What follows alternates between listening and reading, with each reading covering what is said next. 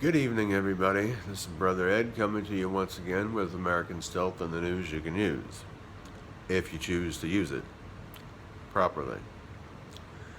Finally, there are some politicians out there acting like leaders. It's about time. Idaho State Representative Heather Scott says shutdown orders are no different than Nazi Germany. I agree with the woman 100%. Idaho judge, I didn't get the judge's name, but the judge ruled that there are no exceptions to the Constitution made for a pandemic. There are no exceptions in the Constitution made for a pandemic. Valley County, Montana started out telling their residents that they had to wear pink wristbands stating their COVID status in order to shop. Essential workers had to do the same. Now, rather than the pink bracelets or wristbands, now they're mandating that everyone in that county has to wear a mask in order to shop. Essential workers, anyone coming in from out of town, people who live there. Yeah. Everybody mandated to wear a mask. Ridiculous. As if the pink wristbands were not ridiculous enough. Now everybody is mandated in Valley County, Montana, that they have to wear a mask to shop. And if they don't, they get reported to the police. And of course, we know what happens then. They get put on house arrest while it's being called a quarantine. I got you, quarantine. Obviously, these people and their attitude is basically to hell with the Constitution and your constitutional rights. Until further notice, you no longer have a constitution or any rights other than the rights that we choose for you to have. That's the attitude that a lot of mayors and governors at this point, if not all of them at this point, are taking. Fortunately, people are finally beginning to stand up and fight. They are protesting, and it is about time. I recently found out there is somewhere nearby, I'm not going to say where, but there is somewhere nearby that I can go to when I have another day off, which will be Saturday, and I can buy a megaphone close by. Don't have to order don't have to order it from anybody. Take 2 weeks to get it, and then it'd be a dud. Yeah, I can test it while I'm there. Make sure it works. Hopefully. Unless they've got one of those no refund, no exchange policies over a fake virus that doesn't exist. Family Dollar started doing that. Doing no refunds, no exchanges, nothing.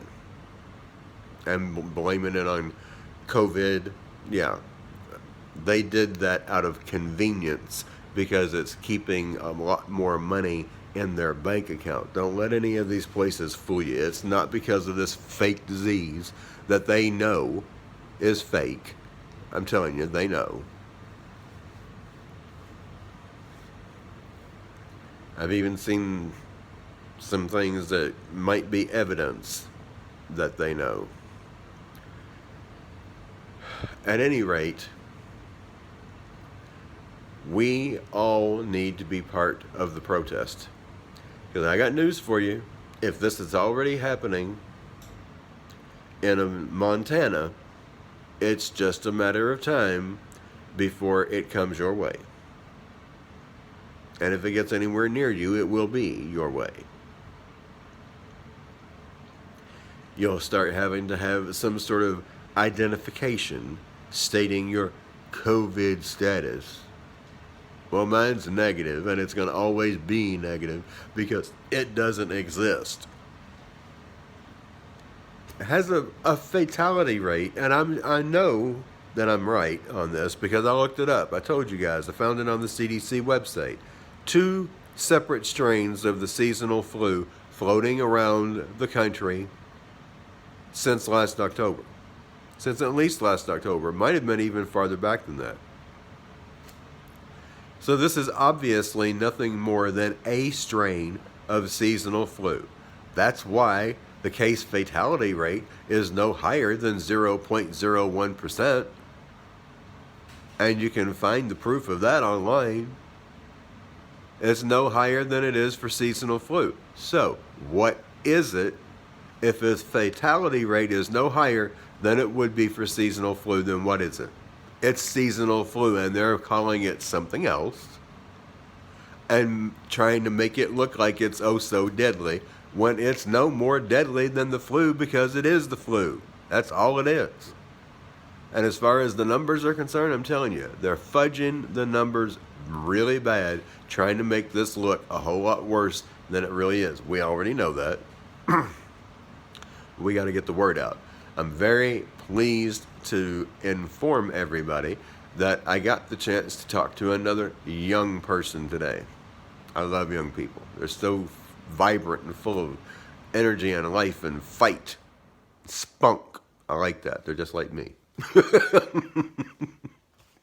I'm old.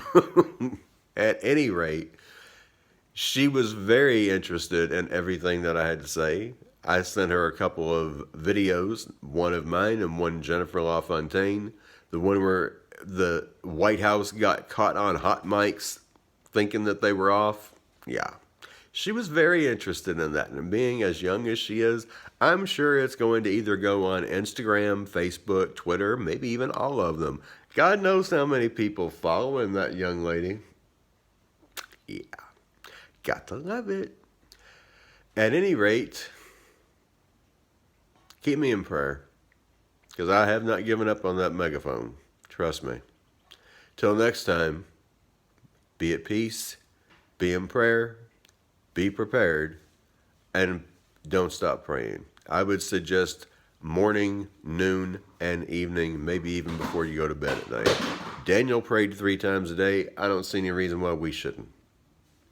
It certainly can't hurt anything. It can only help.